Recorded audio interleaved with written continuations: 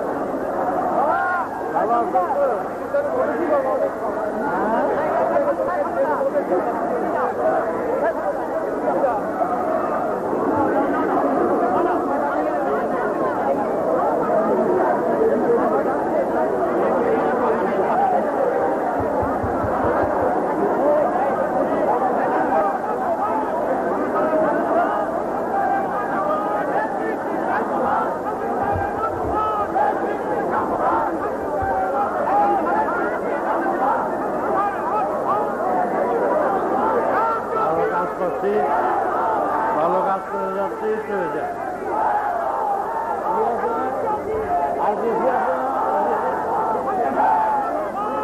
আস্তে আস্তে আস্তে আস্তে আস্তে আস্তে আস্তে আস্তে কথা বলবেন না।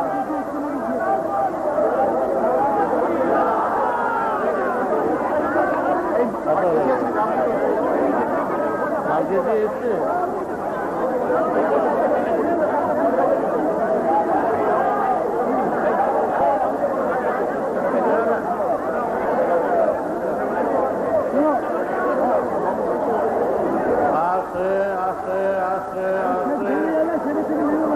আস্তে আস্তে আস্তে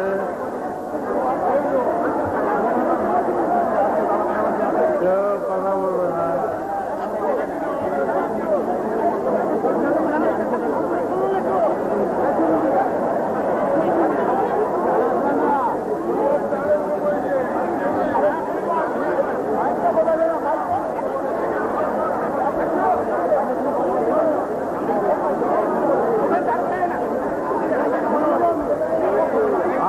আস্তে আস্তে চুপ, 5 মিনিট চুপ করে থাকো, 5 মিনিট। একটা কথা কেউ বলবে না, একটা কথা কেউ বলবে না, চুপ থাকবে।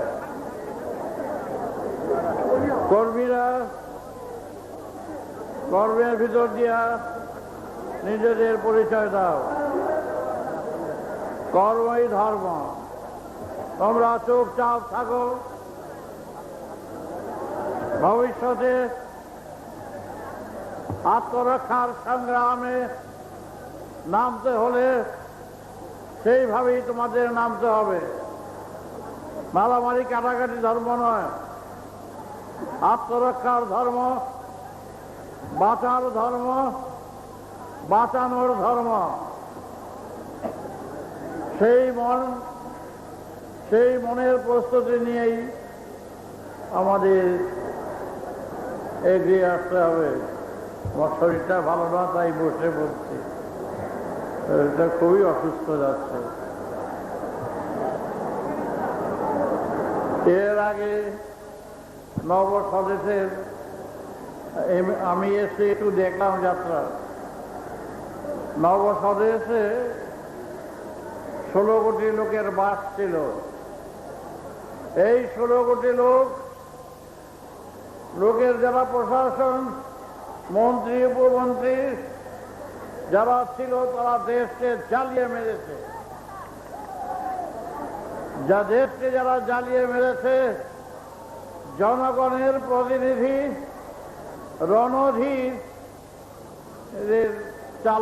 পরিচালনায় সমস্ত 16 কোটি লোক এক সুরে জেগে উঠেছিল। তাতে নবস্বদেশের পতন ঘটল। তা তো তোমরা দেখতেই পেলে। ওই পুলিশের বন্দুক, সব বন্দুক জনগণ নিয়ে গেল এবং সমস্ত প্রশাসন, পুলিশ, সশস্ত্র যা আছে সব একত্রিত হয়ে গেল। আজ আমাদের দেশে যদি দেখি নবস্বদেশের মতো কোনো ঘটনা ঘটে, আমরা তো রাজনীতি করতে যাচ্ছি না। রাজনীতি করলে বাংলার আসন আমরা দখল করতে পারতাম। সেই আসনের সেই রকম জনসংখ্যা, জনসমর্থন আমাদের পক্ষে আছে। কিন্তু এটা বেড়াল বসাবো, তবু আমরা গদিতে বসবো না। গদিতে বসলে আসিরও 3টা পকেট, হয়ে যাবে 10টা পকেট। আমরা গদিতে বসবো না। কিন্তু গদিতে বসে নবস্বদেশের মতো যদি কেউ কাজ করে, সে যেই হোক, এই প্রশাসনের, পুলিশ, মিলিটারি এবং প্রায় 80 কোটি জনগণ ভারতবর্ষে, আর আমার সন্তানই হলো প্রায় 6 কোটি। এই 6 কোটি সন্তানই যদি ক্ষিপ্ত হয়ে ওঠে, তবে ভারতবর্ষকে কাজ করে ছেড়ে দেওয়া যাবে। আমাদের ব্রহ্মচারী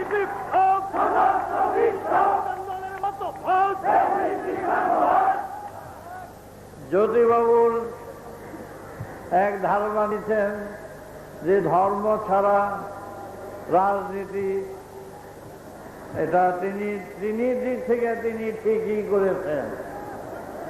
কিন্তু আমাদের দিক থেকে ধর্ম ছাড়া রাজনীতি নয়। কারণ ধর্মের অর্থটা আগে দেখতে হবে। সেই অর্থ বোধে যদি চলতে হয়, ধর্মকে মানতে হয়, তবে রাজনীতি ধর্ম ছাড়া নয়। ধর্মে আছে যুক্তি, অনেকবার বলেছি। ধর্মে আছে বিজ্ঞান, ধর্মে আছে সুর, ধর্মে আছে গণিত, অঙ্ক আছে। তাহলে গণিত আছে, বিজ্ঞান আছে, যুক্তি আছে ধর্মে।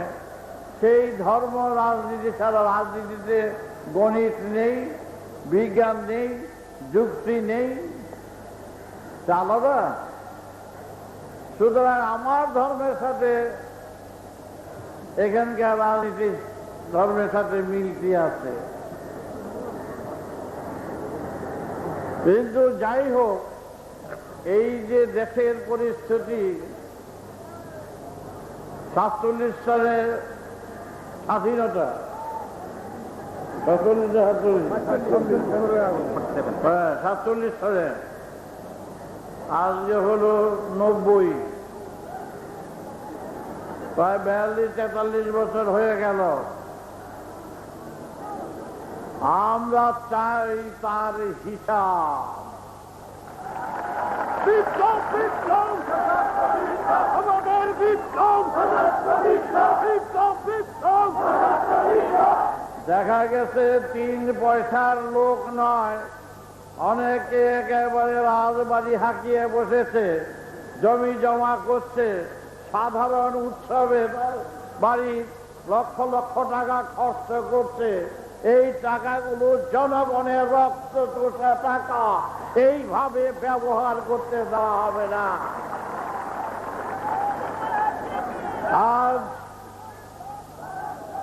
আজ আমাদের দেশে পুলিশদের নামে বদনাম রটে গেছে যে পুলিশরা তাদের দল ছাড়া, তাদের লোক ছাড়া অন্য কাউরে দেখে না, এটা রটে গেছে। কিন্তু পুলিশ হলো আত্মরক্ষার ছায়া। পুলিশের কাছে মানুষ বিচার নিয়ে আসে, আর সেই পুলিশকে দেখলে ভয় পায়। এটা কি শুভ চিহ্ন? আর পুলিশের কাছে যে কোনো অভিযোগ করলে অভিযোগ নেয় না। এটা পুলিশকে দোষারোপ করব না, তার জন্য দায়ী আমরা। আমরা যদি সন্তান দল, আলোচনা চক্র সবাই মিলে যদি আমরা দেশের রাজত্ব গ্রহণ করি, আমরা যদি মন্ত্রী উপমন্ত্রী হয়ে দাঁড়াই, তাহলে আমরা পুলিশকে যা বলবো পুলিশ সেইভাবে পুতুলের মতন নাচবে। বৃষ্টি আসছে, সবাই ধৈর্য ধরে ধরো।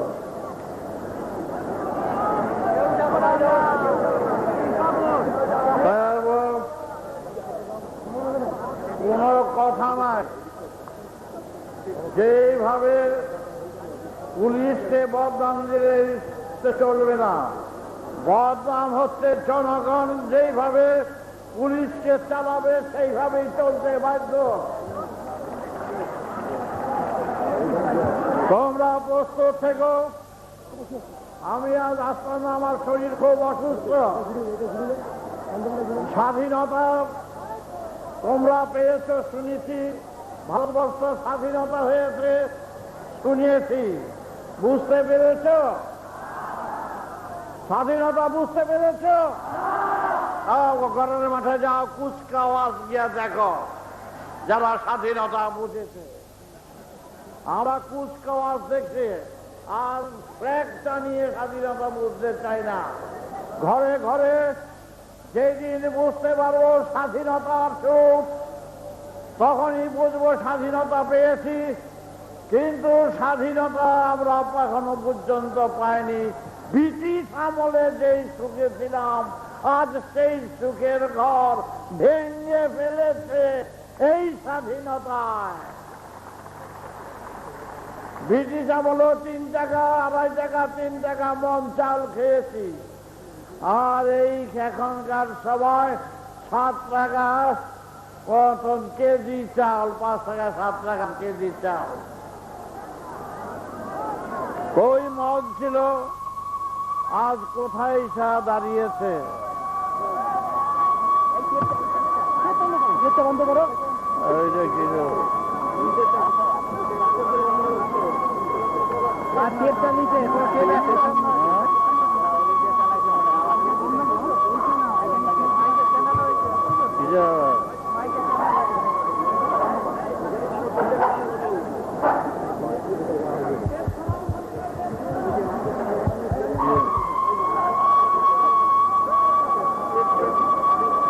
বসো বসো।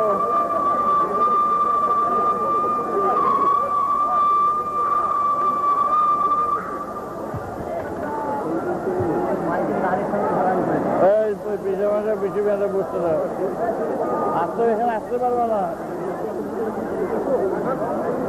বলে যাবে বলে যাবে।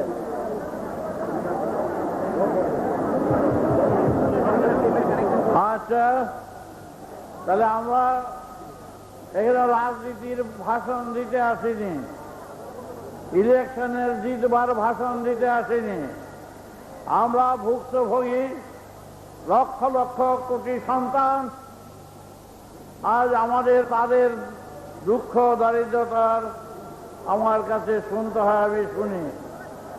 কিন্তু অবিলম্বে সরকারের কাছে আবেদন করছি, সরকারের বিরুদ্ধে আমরা নেই, কোন রাজনীতি সংস্থানের বিরুদ্ধে বলছি না।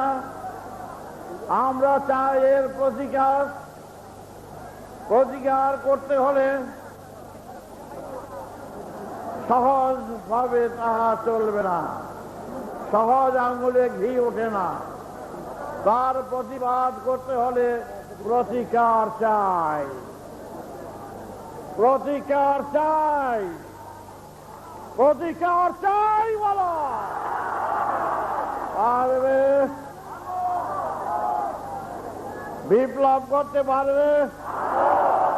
আত্মরক্ষার বিপ্লব। সুতরাং আমরা কারো ক্ষতি করতে চাই না। খুন আমাদের ধর্ম নয়। সমস্ত পুলিশ মহল, স্বরাষ্ট্র মহল এবং মিলিটারি মহল সবাইকে আমরা জানিয়ে দিচ্ছি, যদি এই দুরবস্থা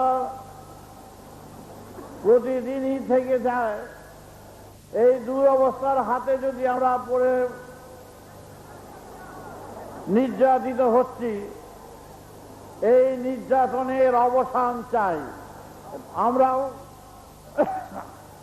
আন্দোলন, সত্যাগ্রহ এসব পছন্দ করি না। অফিসের কাছে ধর্ণা দিতে পছন্দ করি না। আমরা একবারই ধর্ণা দেব, যদি কথা মতন কাজ না করে তাইলে আর উপায় নাই। পরিষ্কার কথা, এটাই ধর্ম। কারণ আমি এরকম ধর্মের কথা বলি বলে অনেক ধর্ম প্রতিষ্ঠানের অসুবিধা হচ্ছে।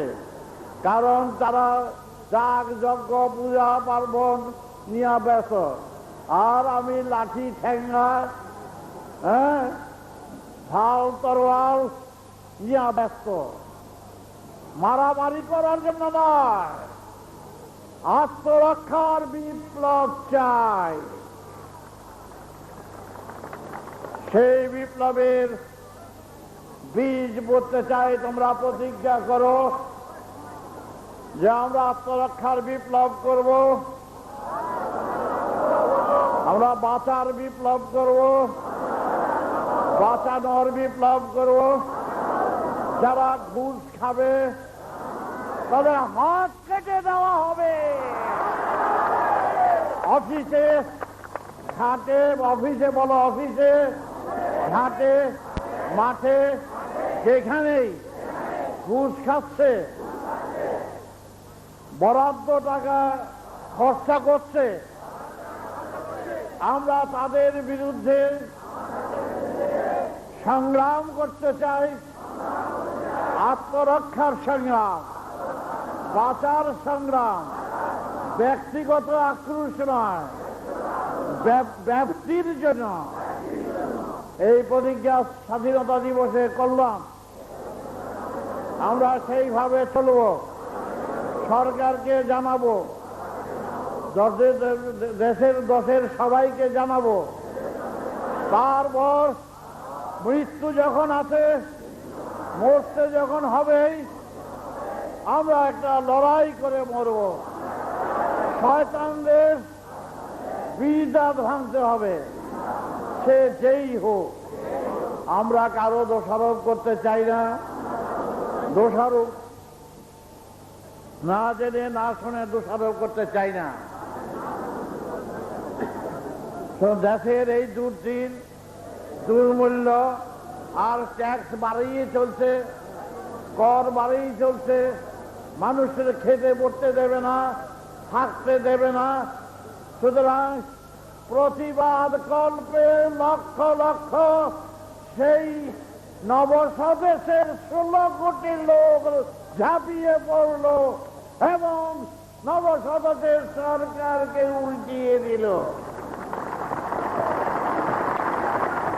এবার আমরা উল্টিয়ে দিতে চাই না। সরকার বখালে থাকুক, সরকারের কর্তব্য দৃষ্টি যেন সবার উপরে সমতার দৃষ্টি যেন থাকে।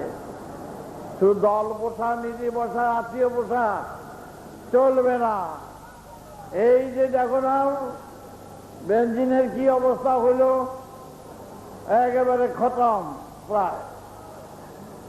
আজকে সরকারের পাওয়ার ক্ষমতা নিয়ে মন্ত্রী গমহিতে লাগছে ঝগড়া বিবাদ। আর দেশকে ভালোবাসিস না দশকে ভালোবাসিস, দলকে ভালোবাসিস? হ্যাঁ, এরকম বান্ধবী কি করে করতে পারে? আসনে বসে যা খুশিতে অত্যাচার করবে, অবিচার করবে, যে কোনো মুহূর্তে নিয়ে আটকে রাখা দেওয়া উচিত প্রত্যেকের। যেই শয়তানি করুক, আমি করি আর তুমি করো।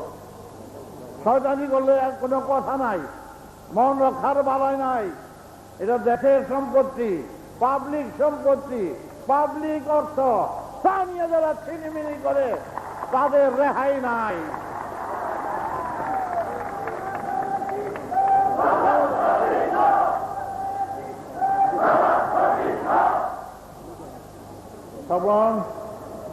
তপন কোথায় দাঁড়িয়েছিল?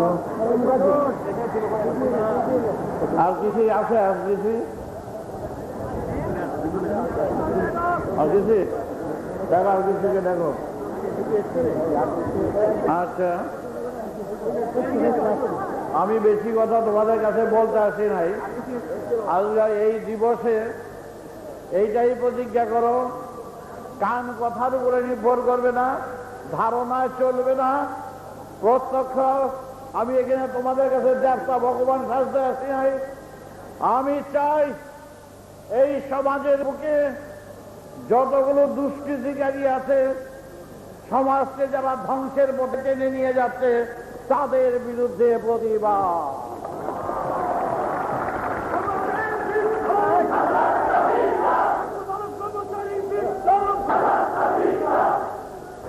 তাই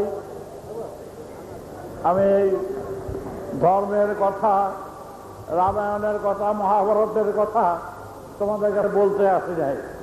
ওগুলি তোমরা ঘরে বসে শোনো। আমি সেই ধর্মের আসল কথাই হলো বাঁচিয়ে রাখার ধর্ম। যেই দেশে ধর্মকে নিয়ে ছিনিমিনি খেলে, ধর্মের অর্থ বিকৃত করেছে, সেখানে আমি নাই। সোজা কথা, আমার ধর্ম। বাঁচো, বাঁচাও। এবং দুষ্কৃতিকারী, দুর্নীতিগ্রস্ত যারা, যেই দেশে ওই সাহেবটা এসে, ওই সাহেবটা গেল কোথায়? একটা সাহেব লোক বিলাত থেকে এসছে আমার কাছে, এটা থাকছে।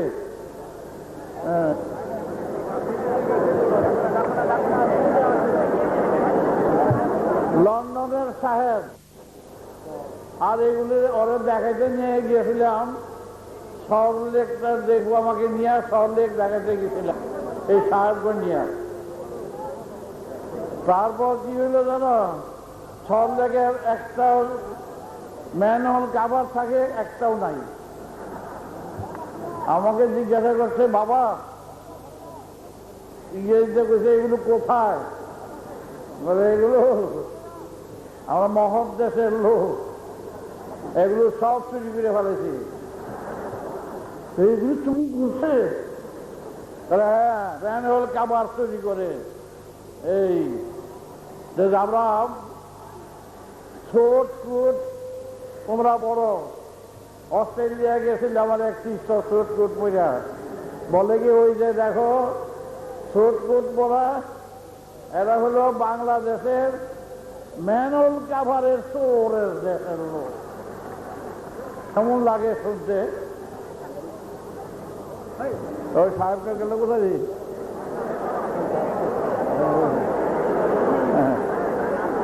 ওই যে দেখো,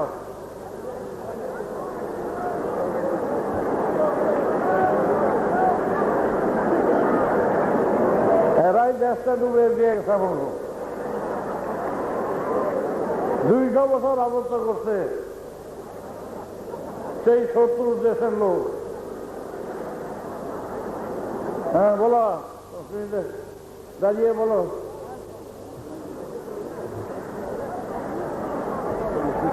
আর চশমাটা খুললে কেন? চশমাটা চোখে গেল।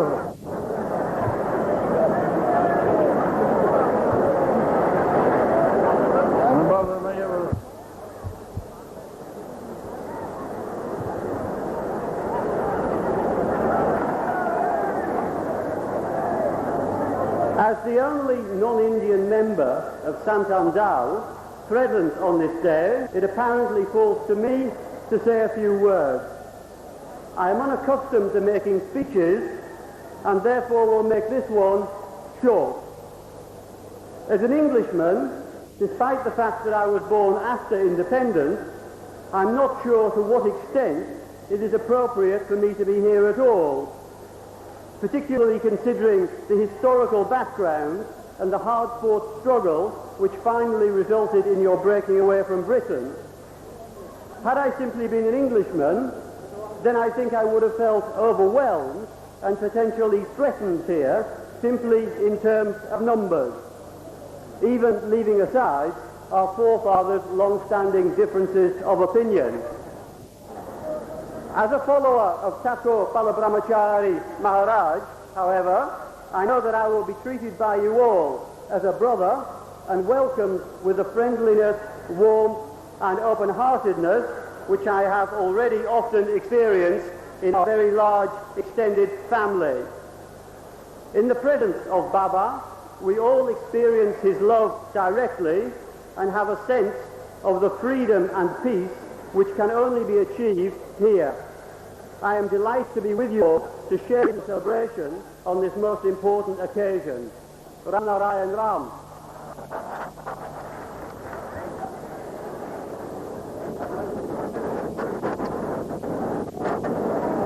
বালক ব্রহ্মশ্রী স্কুল অফ থট বেদ ধর্মের ওপর প্রতিষ্ঠিত। এই বেদ ধর্মের প্রথম কথাই হলো অভাব অনটনের হাত থেকে সমাজকে মুক্ত করা। এটাই হলো প্রথম কথা, এটাই হলো আমাদের প্রথম কাজ, সমাজকে অভাব অনটনের হাত থেকে মুক্ত করা। এই কাজের বাধা কি? এই কাজের বাধা হচ্ছে ধর্মীয় সংস্কার। প্রচলিত ধর্ম কল্পনা, গল্প, ধারণার ওপর প্রতিষ্ঠিত। এ ধর্ম সংস্কার ছাড়া আর কিছুই নয়, নামই শুধু ধর্ম। এই ধর্ম দীর্ঘকাল যাবৎ আমাদের দেশে চলতে থাকার ফলে আমার দেশের মা মাসিরা, দাদা দিদিরা এই সব ধর্ম চর্চা করার ফলে, দীর্ঘদিন চর্চার ফলে, অভ্যাস হয়ে যাওয়ার ফলে এমন এক সংস্কারের বেড়াজালে পড়েছে যার ফলে এসেছে আমাদের মধ্যে বিভেদবোধ, দলাদলি, পরিণতিতে মারামারি, এই সমস্ত অশুভ জিনিস আমাদের গ্রাস করেছে। তাই সত্যিকারের জনজাগরণের জন্য সংস্কার মুক্তির প্রয়োজন। আলোচনা চক্র এই জনজাগরণের কাজে ব্যস্ত। এদিকে সমাজ আজ অভাব অনটনে জর্জরিত, জনগণ আজ ভীত সন্ত্রস্ত, অভাবে জর্জরিত হওয়া সত্ত্বেও মুখ খুলতে ভয় পাচ্ছে। স্বাধীনতা তারা নাম কুয়াশতে পেয়েছে, স্বাধীনতার অর্থ, স্বাধীনতা তারা উপলব্ধি করতে পারেনি। এ প্রসঙ্গে আমরা জানিয়ে রাখছি যে আলোচনা চক্র সমাজ মুক্তির কাজে ডেডিকেটেড। আলোচনা চক্রের কর্মী, সমাজ মুক্তির জন্য নিবেদিত প্রাণ। ঠাকুর বালক ব্রহ্মচারী মহারাজের ইঙ্গিতে আলোচনা চক্র যে কোনো মুহূর্তে ঝাঁপিয়ে পড়তে প্রস্তুত। আমি বেশি কথা এখানে বলবো না, এখানে পরমপিতা যা বললেন সেই কথাগুলিকে যদি আমরা অক্ষর অক্ষরে পালন করি, আমার মনে হয় আমাদের সমস্ত সমস্যার সুরাহা হবে। কোনো সমস্যার সুরাহা তো ইঙ্গিত দেখি না। এখন আমাদের পরমপিতা তাঁর আদর্শের ধারা ধরে যদি আমরা চলি, আমাদের দৃঢ় বিশ্বাস যে এ সমাজ ঢেলে নতুন করে সাজানো হবে। সেই সমাজে অভাব, অনটন, দুঃখ, কষ্ট বলে কোনো কথা থাকবে না। তাই আজকে আমরা এই অঙ্গীকার নিয়ে যাব, যাতে পরমপিতা যে আদেশ দিলেন, যে নির্দেশ দিলেন, যে অঙ্গীকার করালেন, তার থেকে যেন আমাদের কোনো রকম চ্যুতি না ঘটে। পরিশেষে 23 এপ্রিল 1988 সেই আলোচনা চক্রের 3 জন কর্মী, বীর কর্মী গীতা বন্ধু এবং রত্নাকে স্মরণ জানিয়ে, পরমপিতারকে নমস্কার জানিয়ে এবং উপস্থিত ভাই বোনেদেরকে ধন্যবাদ জানিয়ে আমি আমার বক্তব্য শেষ করলাম। রামনারায়ণ রাম।